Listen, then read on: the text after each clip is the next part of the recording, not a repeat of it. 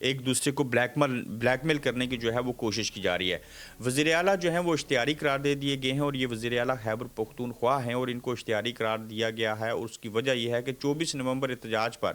جو درج مقدمات تھے جس میں یہ ڈی چوک آ رہے تھے، اس سلسلے میں انسداد دہشت گردی عدالت کے جج امجد علی شاہ نے علی امین گنڈا پور کا اشتہار جاری کر دیا ہے، اور عدالت کا حسن عبدال پولیس کو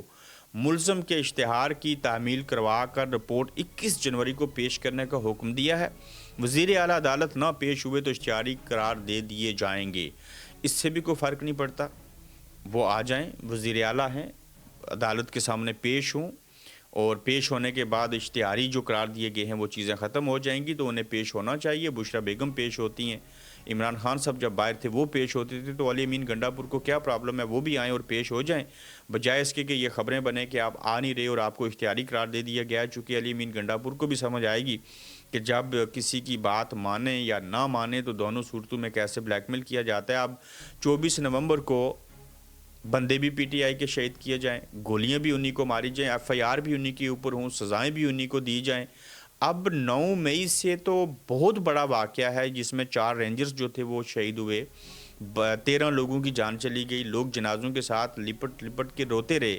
تو 9 مئی میں یہ لوگوں کو سزا دے رہے ہیں، لیکن سوال یہ ہے کہ یہ جو 24 نومبر کو جنہوں نے گولیاں ماری اور جنہوں نے ماری یہ گولیاں انہی کے گلے کے اندر اٹکی ہیں، انہیں سزا کون دے گا؟ کیا یہ کوئی لوگ جو ہیں وہ قانون سے بالاتر ہیں؟ کیا ان کا تعلق پاکستان کے ساتھ نہیں ہے؟ کیا یہ اس ریاست کا حصہ نہیں ہے؟ تو 9 مئی کی تو سزائیں آپ دے رہے ہیں، لیکن 24 نومبر کی جو ایف آئی آر الٹا کاٹ رہے ہیں، تو یہ جو جنہوں نے گولیاں ماری تھیں اس کی تحقیقات کیوں نہیں کرتے؟ لاشیں کیوں سامنے نہیں لے کے آتے؟ اب تک خبریں آ رہی ہیں کہ آپ لوگوں نے صبح 4 بجے تک لاشیں جو تھی وہ اٹھائی ہیں، ایمبولینس کے ذریعے جمع کی ہیں اور ان کو ایک کنٹینر میں رکھا اور کہیں دور دراز لے کے اور آپ نے کہیں دفن کر دی ہوں گی۔ آپ کے لیے تو زندہ لوگوں کی کوئی اہمیت نہیں ہے، مر جانے کے بعد لاشوں کی آپ کے سامنے کیا اہمیت ہو سکتی ہے؟ تو یہ کبھی نہ کبھی تو تحقیقات ہوں گی۔ یہ جس دن عمران خان باہر آئے گا، جب کبھی پاور میں آئے گا، آپ لوگوں کو نہیں چھوڑے گا، اور چھوڑنا بھی نہیں چاہیے۔ ویسے ہم سمجھتے ہیں کہ ملک کو آگے بڑھانے کے لیے تمام اختلافات جو ہیں ان کو دور کر دینا چاہیے، تمام چیزوں کو بھول جانا چاہیے، لیکن ظلم کے اوپر اگر آپ خاموش رہیں گے تو یہ لوگ کل پھر سے ایسا کریں گے۔ اگر ان کو چیک کرنا ہے، ان کا ٹمپریچر چیک کرنا ہے، ان کی بزدلی اور ان کی بہادری چیک کرنی ہے، تو اگر یہ مذاکرات ناکام ہوتے ہیں اور یہ پھر بھی اپنا کھلواڑ جاری رکھتے ہیں، انٹرنیشنل پریشر کو بھی نہیں مانتے، تو یہ پھر سے آپ کو احتجاج کرنا پڑے گا۔ بشرا بی بی کی ضمانتیں جو ہیں وہ قبول کر لی گئی ہیں۔ اس حوالے سے دیکھیں کہ بشرا بی بی کی 4 مقدمات میں ضمانت منظور، عبوری ضمانت 13 جنوری تک 50 ہزار کے مچلکوں کے عوض جو ہے وہ منظور ہوئی ہیں، اور بشرا بیگم کو جو ہے وہ ضمانتیں مل چکی ہیں۔ آپ دیکھیے کہ ڈمی وزیر اعلیٰ پاکستان جو ہیں وہ پاکستان کے لیے خطرہ کیسے ہیں۔ جو انگلینڈ کے اندر بیٹھ کے کسی پروگرام کے اندر جب بات کرتے ہیں تو وہ جو مسلمانوں کے ہیرو ہیں انہیں یہ چور ڈاکو بنا رہے ہیں۔ جب یہ وزیر دفاع ہیں اور دفاع کے حوالے سے کوئی پروگرام ہوتا ہے، کوئی اجلاس ہوتا ہے، کوئی میٹنگ ہوتی ہے، تو ہم نے تو کبھی ان کو نہیں دیکھا، ان کی تو کبھی کوئی سامنے چیز نہیں آئی۔ وزیر دفاع اصل میں دفاع کرنے والے کوئی اور ہیں اور یہ صرف ان کے ڈمی ہیں، اور ایک بھارت کے اندر وزیر دفاع کے ساتھ کون میٹنگ کر رہا ہے، اس کو کیسے چیئر کر رہا ہے بھارت کا وزیر دفاع، اس تصویر کو دیکھیے، اور ہمارے وزیر دفاع کا اشر دیکھیے کہ وہ الٹا جو بھارت زبان بولتا ہے، جو باقی لوگ محمود غزنوی سے لے کے دیگر لوگوں کو چور ڈاکو کہتے ہیں، وہی خواجہ آصف جو ہیں وہ اپنے مسلمانوں کے ہیرو کو جو ہے وہ چور ڈاکو کہہ رہے ہیں، بجائے اس کے کہ وہ ان کو کہیں کہ انہوں نے مسلمانوں کے لیے جو ہیں وہ جنگیں لڑی۔ وزیر دفاع کی گزشتہ چند سال سے کوئی ایک تصویر میں کہتا ہوں کہ کوئی اگر دکھا دے کہ انہوں نے اس طرح سے کوئی میٹنگ کی ہو، ان کی تصویر سامنے آئی ہو، جس طرح سے یہ ہم بھارت کی میٹنگ کی ایک تصویر جو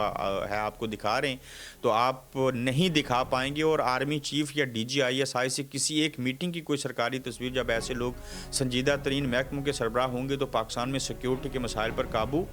کیسے پایا جا سکے گا؟ تو ان کی ڈی جی آئی ایس آئی اور وزیر دفاع کی آرمی چیف کے ساتھ اور دیگر کے ساتھ تصویر تو دکھانا دور کی بات، جب یہ ڈی جی سی کے بیٹے کی شادی کی تقریب میں گئے تھے تو وہاں پہ آپ کو یاد ہوگا کہ ایک خبر سامنے آئی تھی کہ وہاں پہ سیکیورٹی کے لوگوں نے روکا، وزیر دفاع خواجہ آصف کو روکا اور یہ کہہ کے روکا کہ بھائی جان آپ یہاں پہ آرام کیجئے، صبر کیجئے، ابھی آرمی چیف جا رہے ہیں۔ ان کی سیکیورٹی نے وزیر دفاع کو روک دیا شادی کی تقریب میں جانے سے۔ اپنے ساتھ بٹھانا، اپنے ساتھ میٹنگ کرنا، تصویر بنانا تو وہ توہین سمجھتے ہیں۔ جس ملک کے وزیر دفاع کا یہ حال ہو، جو موجودہ وزیر اعظم میں ڈگی میں بیٹھ کے لوگوں کو ملنے کے لیے جاتے رہے ہوں، یہ وزیر دفاع خود خواجہ آصف کے پاؤں پکڑتے، خواجہ آصف جو ہیں وہ جنرل باجوہ کے پاؤں پکڑتے ہوں، ان کی کیا حیثیت، اہمیت اور افادیت ہو سکتی ہے؟ تو یہ وزیر دفاع جو ہیں یہ ڈمی ہیں، اور یہی وجہ ہے کہ یہ وزیر دفاع کچھ نہیں کر سکتے، اور ملک کے اندر ایسے خطرات رہیں گے۔ اور پھر یہ ریاست پاکستان سے کوئی پوچھے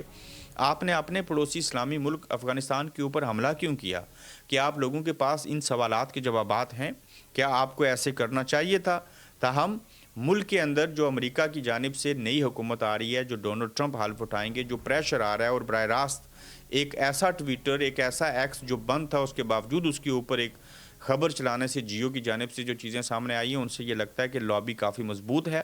چیزیں آگے بڑھیں گی، تبدیلی آئے گی، امریکہ کے پریشر میں یہ آئیں گے۔ جو بائیڈن کی حکومت کا توڑ ڈونلڈ ٹرمپ ہی ہے، جو کچھ ظلم فسادات پاکستان میں ہوئے، نئی آنے والی امریکی حکومت جو ہے اس کو مداخلت کرنی چاہیے، حالانکہ ایسا ہونا نہیں چاہیے تھا، لیکن اب چارہ کوئی نہیں ہے۔ جب آپ خود بطور ریاست، بطور ادارہ ہوتے ہوئے لوگوں کے ساتھ زیادتیاں اور ناانصافیاں کریں گے، تو پھر اس طرح کی مداخلت امریکہ کی جانب سے جب ہوگی پاکستان کے اندر، تو لوگ اس کو خوش آمدید کہیں گے، اس کو ویلکم کریں گے۔ تو دیکھتے ہیں کہ یہ چیزیں اگلے چند تقریباً 10-15 دن کی بات ہے، اس کے اندر بے شمار چیزیں ایسی ہیں جو انشاءاللہ ضرور بدلیں گی، اور ان کو بدلنا چاہیے۔ اپنا خیال رکھیے گا، جلد آپ سے پھر ملیں گے۔ آپ دیکھ رہے ہیں گورکھ دھندا ابرار قریشی کے ساتھ۔